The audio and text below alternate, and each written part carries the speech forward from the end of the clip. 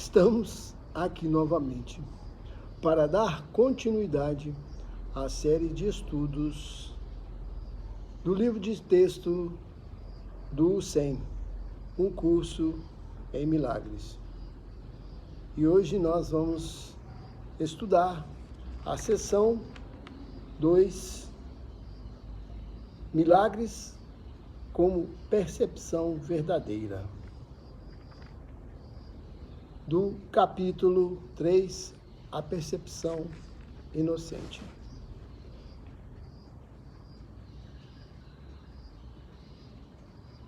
Como você pode entender o que seja a percepção verdadeira? Tem alguma ideia? Então vamos ao nosso estudo, em que leremos parte dos parágrafos desta sessão com algum comentário ainda segundo o nosso entendimento. Então vamos ao parágrafo 1. Milagres como percepção verdadeira. Eu tenho declarado, esse eu entenda sempre Jesus, que editou este contexto deste livro. Eu tenho declarado que os conceitos básicos a que esse curso se refere não são questões de grau. Certos conceitos fundamentais não podem ser compreendidos em termos de opostos.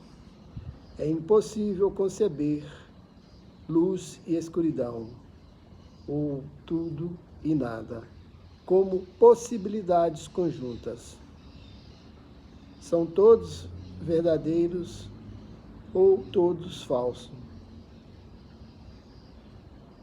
É essencial que reconheças que o teu pensamento será errático até que firme um compromisso com um ou outro seja feito. Contudo, um firme compromisso com a escuridão ou nada é impossível. Ninguém jamais viveu que não tenha experimentado alguma luz e alguma coisa. Ninguém é, portanto, capaz de negar totalmente a verdade, mesmo se pensa que pode. Então, vamos fazer alguns comentários sobre este parágrafo 1. Aqui ele começa a colocar essa percepção fora da dualidade, quando ele diz que é impossível conceber luz e escuridão, ou tudo ou nada. E essas possibilidades conjuntas não podem ser vistas. Ou todos são verdadeiros ou falsos. E ele acrescenta ainda: é essencial que reconheças que o teu pensamento será errático até que firme compromisso com um ou outro seja feito. Então, até que você firme o compromisso com a verdade, com a realidade, seu pensamento será errático. Mas firmar um compromisso que não seja real, ou em outras palavras, firmar um compromisso com o nada ou com a escuridão, é impossível, praticamente impossível. Porque ele diz que ninguém é, portanto, capaz de negar totalmente a verdade, mesmo se pensa que pode. Então, lá no fundo da nossa mente, nós conhecemos a verdade.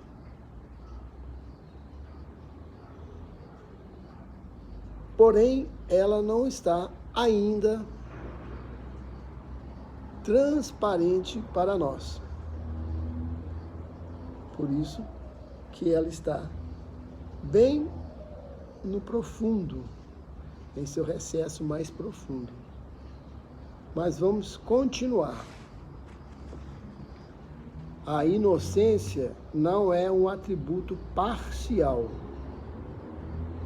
Não é real enquanto não é total. Os que são parcialmente inocentes estão aptos a ser bastante tolos às vezes.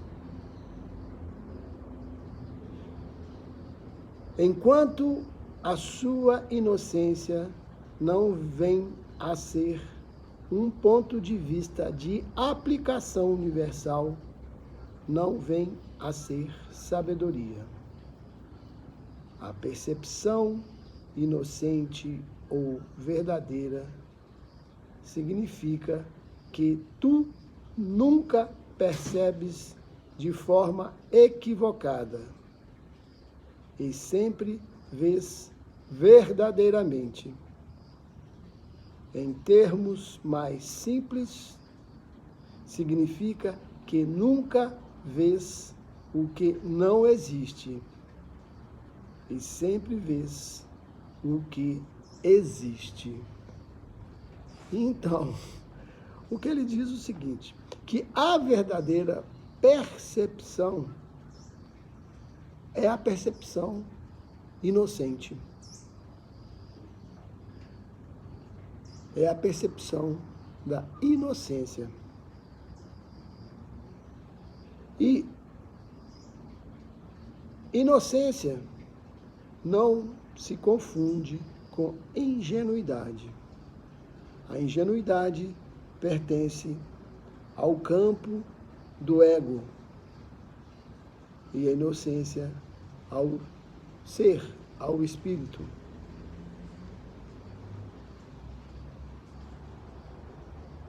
Em nossos papéis, os quais são vividos por nós nesta vida, e que neles colocamos nossa fé e nossa realidade e identidade, quais sejam, que eu sou aquilo que eu penso que eu sou, ou que o outro pensa que é, e confunde esses papéis com a sua profissão, que diz que eu sou um médico, eu sou um advogado, eu sou isso, eu sou aquilo. Então, esta forma de pensar vai delineando o personagem que você acredita que é. E fora deste campo profissional, podemos nos identificar com outros papéis de caráter ético e moral. A exemplo, eu sou preguiçoso, eu sou indolente, eu sou isso e sou aquilo. E por aí vai. Identificamos com uma gama de papéis. Menos aquele que eu sou inocente. E a minha pergunta para nós mesmos e para mim mesmo é: eu me considero como inocente, e quando eu estou olhando um irmão diante de mim, eu o considero inocente? E supomos, para complicar um pouco mais, que estamos diante do nosso inimigo, que é um dos papéis que nós determinamos para um outro ser. Posso vê-lo como inocente? Antes mesmo que eu possa vê-lo como inocente, se eu já o denominei, já o caracterizei, já o identifiquei como um inimigo, qual a possibilidade de vê-lo como inocente? Então, todo esse arcabouço nosso, mental, em que nós determinamos a nossa identidade e realidade, dentro desse arcabouço é impossível ver a inocência do Filho de Deus.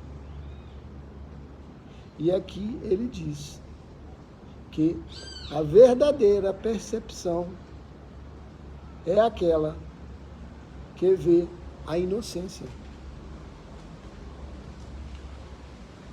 E dentro disso,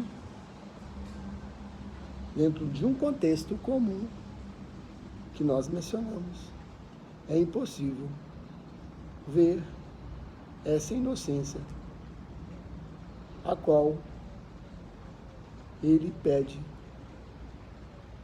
que seja vista. E a visão da inocência é a nossa verdadeira percepção, que significa, em termos mais simples, que nunca vês o que não existe e sempre vês o que existe. Então, aquilo que nós estamos vendo, nós estamos realmente vendo o que existe? A pergunta é essa. Estamos realmente vendo o que existe? Ou estamos vendo aquilo que não existe? Pois dentro desse campo ilusório, o que podemos ver é somente ilusões e nada mais. E aqui ele continua. O milagre percebe tudo tal qual é.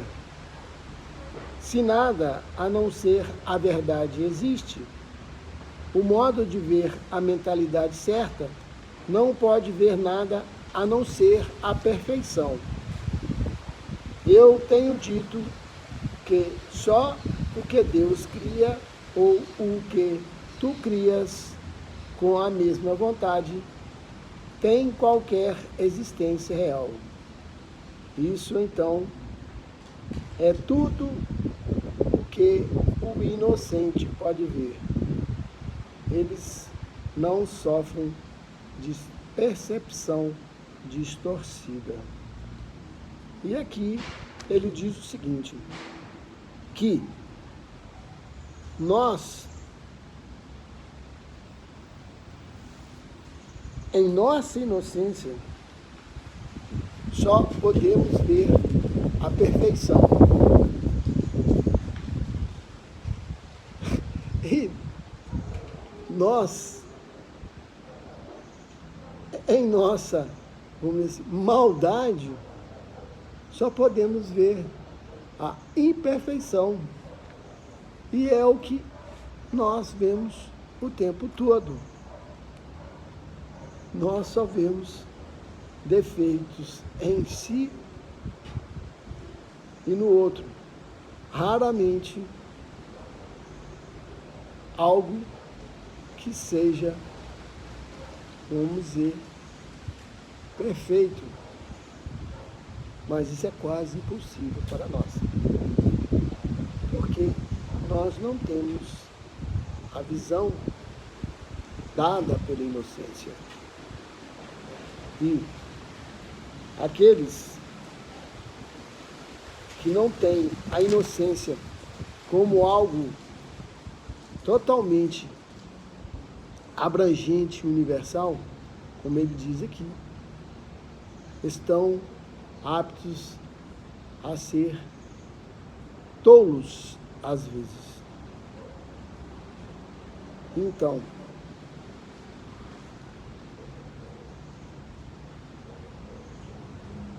será que aquilo que estamos vendo e vivendo é real em nossa percepção?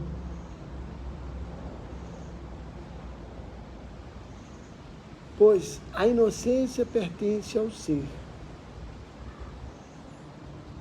E o ser é inocente por não ter a maldade tocado essa inocência.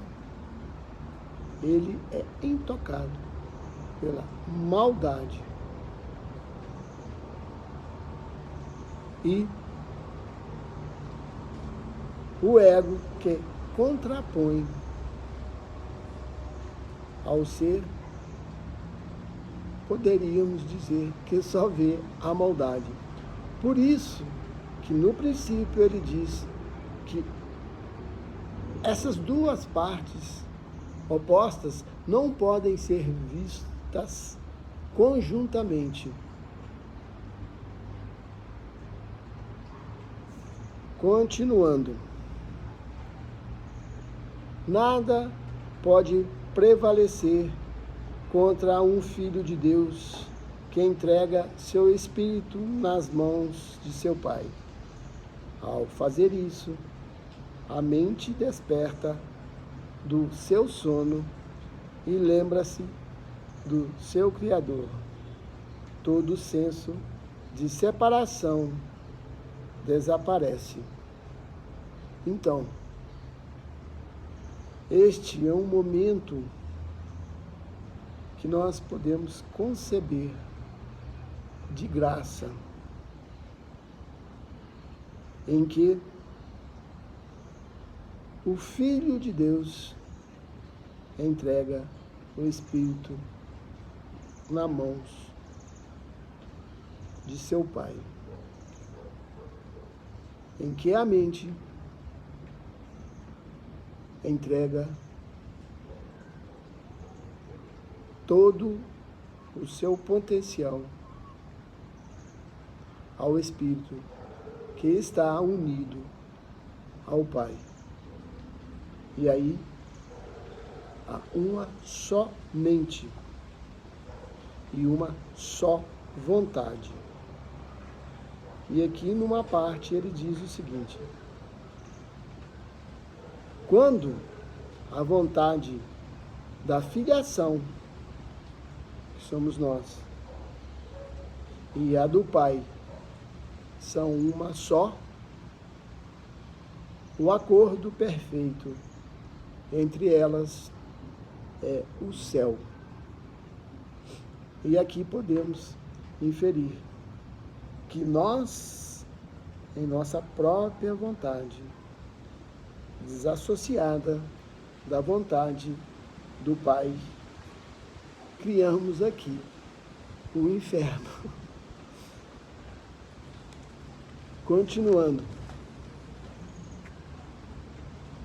O caminho para corrigir distorções é retirar a fé que depositas nelas e investi-la somente no que é verdadeiro. Não podes fazer com que a inverdade seja verdadeira. Se estás disposto a aceitar o que é verdadeiro em tudo que percebes, deixas que isso seja verdadeiro para ti. A verdade vence todo o erro, e aqueles que vivem no erro e no vazio jamais podem achar consolação duradoura. Se percebes verdadeiramente, estás cancelando percepções equivocadas em ti mesmo e nos outros simultaneamente, porque os vês tais como são. Tu lhes ofereces a tua aceitação da sua verdade, de forma que possam aceitá-las para si próprios. Essa é a cura que o milagre induz. Este último parágrafo resume essa sessão.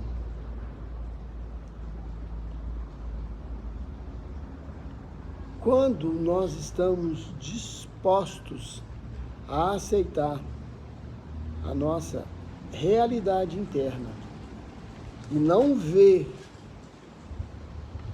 as distorções, não acreditar nelas, que são as distorções que nós mencionamos anteriormente, as quais nós identificamos, que achamos como que somos, que confundimos como que se fosse nossa realidade e identidade.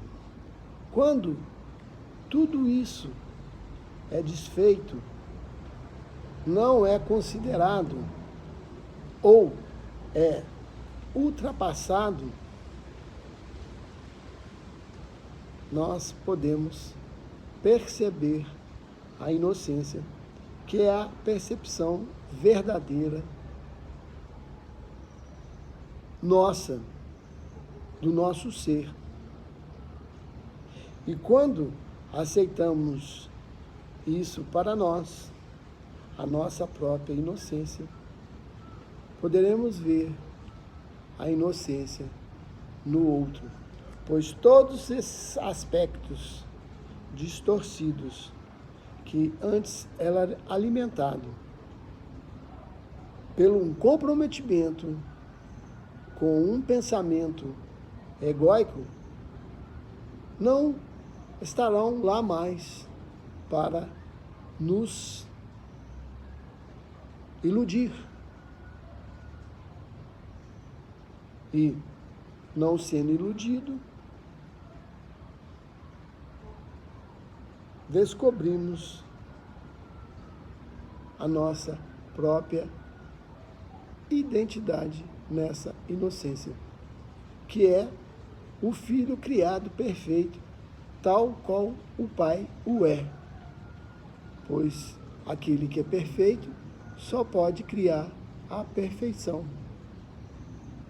E é o que somos.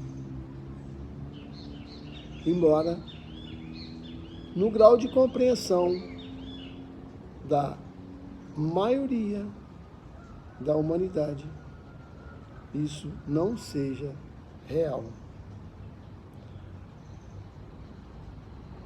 Pedimos àqueles que sentirem sintonia com o que aqui está sendo estudado, compartilhe com um amigo, com um conhecido seu, para que mais pessoas possam estar inteirando desses assuntos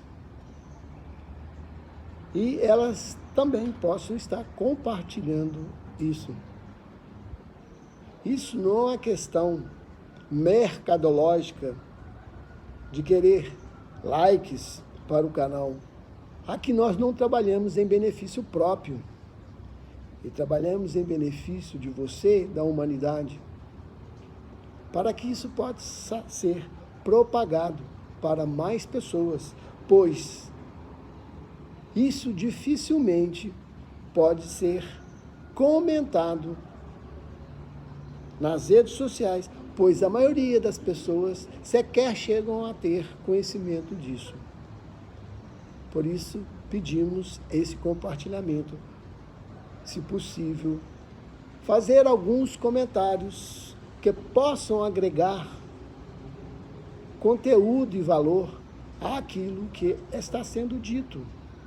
Inclusive, algumas dúvidas que poderão ser suscitadas e que serão de valor para aqueles que a exporem.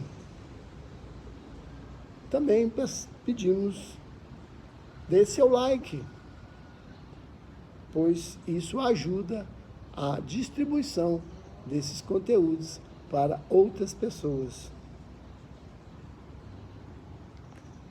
Minha gratidão eterna se escutou até esse presente momento. Até um próximo vídeo, que estaremos entrando em outra sessão deste capítulo, que é